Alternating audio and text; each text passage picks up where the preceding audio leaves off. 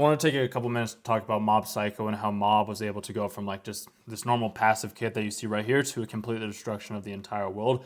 And you can do the exact same thing, and you probably already have done the exact same thing. It's just most likely it's an unconscious thing, which an unconscious thing, if you're unaware of, it is something that happens without your cognizant, without your physical control. Cognizant is also, yeah. I have a feeling that you know what that means, but nonetheless, I just want to be like, this is what we have. Like when we are pushed to our limits, we will go from like nothing all the way up to like a complete berserk mode. And that's what I liked about this little scene right here.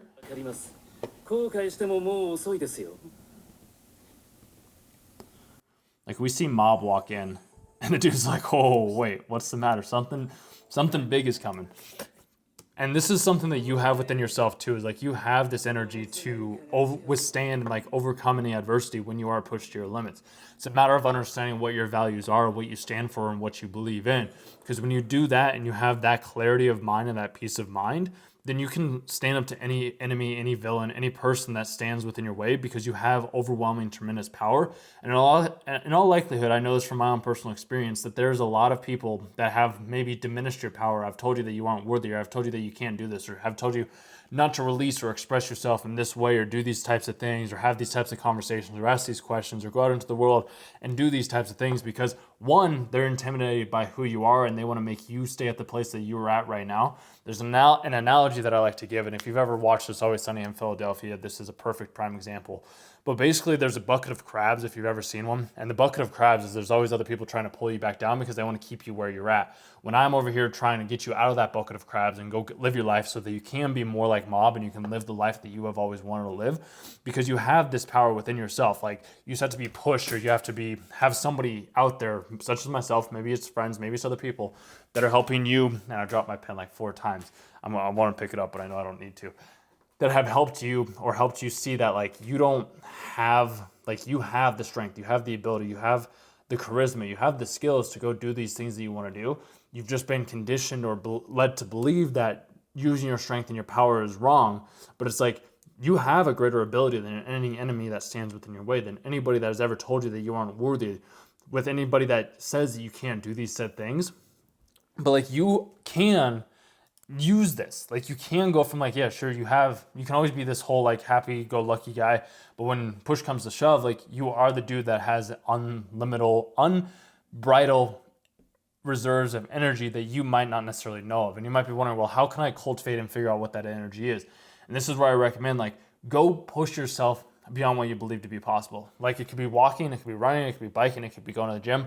Maybe not so much at the gym because you might hurt yourself if you do something, but like walking and hiking and biking, like those are 3 exercises that don't really cause you any sort of like physical pain if you do push yourself a little bit more than you need to, because you'll find out that there's some fatigue. Like if you do go to the gym and you do push yourself that way to figure out like where your limits are, and you go a little bit beyond them, at that point in time, you can see like, okay, I was able to push myself a little bit more, but I wasn't able to push myself more. But if you're worried about being judged by other people at the gym for pushing yourself, that's where I recommend going out in nature, because nobody else out in nature is going to pay any attention. Nobody else in nature is going to care if you scream, or if you're sad, or if you're yelling, or if you're heaving and hoeing, or if you're jumping over rocks, or whatever it is. Like nature just doesn't care about those things.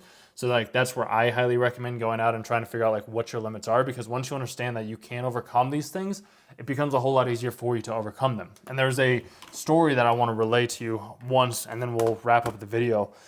So what I was doing, and I could have grabbed a picture of this, but I didn't grab any photos or videos at the time when I was doing this. I went on a bike ride a little while ago, and it was one of the best bike rides that I ever gone on, but it was also one of the most terrifying bike rides that I had ever gone on, because it was cold, I didn't have food, and I didn't have water. And I had no idea where I was at. I didn't want to necessarily use my phone, and I couldn't backtrack because I'd already gotten so far on this one way. So I was like, well, the only other thing that I can do is I can only keep going forward. Like that, I don't know what else there is to do. So I'll just keep going forward, and I'll just keep chucking along. And I start out as like Mob, where he's all happy, and I'm like, yeah, I'm out here on my bike. And then it starts to get cold and the sun starts to go down. I was like, I have no idea how I'm going to get home. I was like, what is going to happen? I don't know. I could freeze to death out here. And I was like, I don't want to call for help, because me calling for help, that's not something that I do. Like, I'm not somebody that calls for help. I'll figure it out. Like, if I die out here, I die out here. If I freeze, I freeze. I'm like, I put myself in this situation, so I have to be the one that helps me get out of the situation. I talked about this in another video a couple days ago, or depending on when this is posted, around Katara and helping the Painted Lady episode. I talked about that there, where it's like nobody's coming to save you.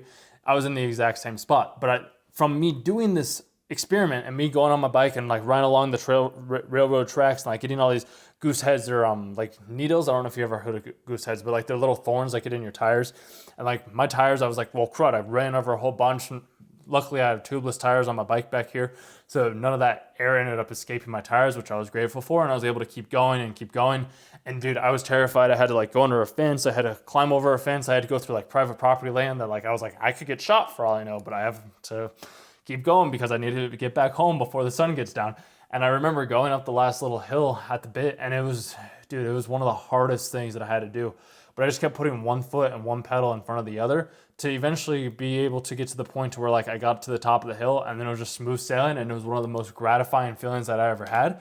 But I look at it from like my point of view of like, I was Mob, like I was him. Like at first I was happy, but then I got to the point where I was like, crud. Okay. How am I going to get out of this? And that's when I was like, well, I have all this untapped reserves of power and energy within myself. Like, let's see what I can do. And that helped me realize it's like, wow, I can do a lot more than I thought. I have a lot more power than I ever originally realized. It's just there was times when I didn't think that I had that power because I had never put myself in those situations. And that's why I highly recommend, if you're trying to figure out what you're capable of, if you're trying to figure out like if you can be like Mob, where it's just like, you might not be like as strong as he is right now, like physically, but you can work up to that point. Like, and this is what I highly recommend doing. Don't obviously go out and do things that are going to put yourself in harm's way. I didn't do that bike ride until like I had done a couple of things like on hikes, and it's never about pushing yourself like out of your safety. It's more of like pushing yourself to be able to be at the point where it's like, it's almost next to impossible. Like, but it's like, you realize that you can get past that and you can overcome that. And then once you get to the top of the hill, it's just like smooth sailing from there. So it's just like to go from this happy to like this like demonic, like overpowered energy person. Like, you have to put yourself in situations that are gonna bring that out within yourself. And I know a lot of the time, like in Mob, like you can see that where like his friend, I can't think of his name off the top of my head, where this guy right here is like, I don't want, like, he doesn't want Mob to show his full power. And I look at that in terms of like, it's because he's intimidated, but it's also like he wants to keep Mob like mellow and calm. But it's also at the same time, I think he's trying to maintain Mob so that he doesn't end up leaving him, because like this dude, he doesn't have any powers like Mob does. So it's a whole different thing. But if you want to cultivate this within yourself, you can. It's just a matter of putting yourself in the right situations, the right environments, and the right situations to be able to realize that this is something that you yourself can do, and you have a lot more power than you ever originally realized. You just have to be able to put yourself into situations, places, real people, surroundings, whatever it is, to help bring that out within you, because you're a lot stronger than you know. And I know that you know that. You just have to test it and try it and keep moving forward regardless of how many times it happens. Because I'll leave you with this. It's like there's a whole old Chinese proverb. It's better to be it's better to be a gardener. Sorry. It's better to be a warrior. It's better to be a gardener that's a warrior than a warrior that's a gardener. Something along those lines. It's escaping me at the top of right now. But basically, it's better to be a warrior. It's better to be a gardener in war than a warrior in a garden. You know what I'm talking about. I know you do. But basically, you have that power within you. It's just a matter of cultivating it through years of training, years of practice, years of patience. And the more you do that, the more you're going to become stronger, and you're going to be able to overcome these things that you never thought that you could, because you have a lot more strength than I know you do. And that's where I'm coming to help you out with, and realize that you can do the things that you set your mind to. So with that being said, I know I maybe rambled on a little bit and maybe I lost you at a couple of points, but if you made it to the end of the video, thank you, and I'll see you in the next one.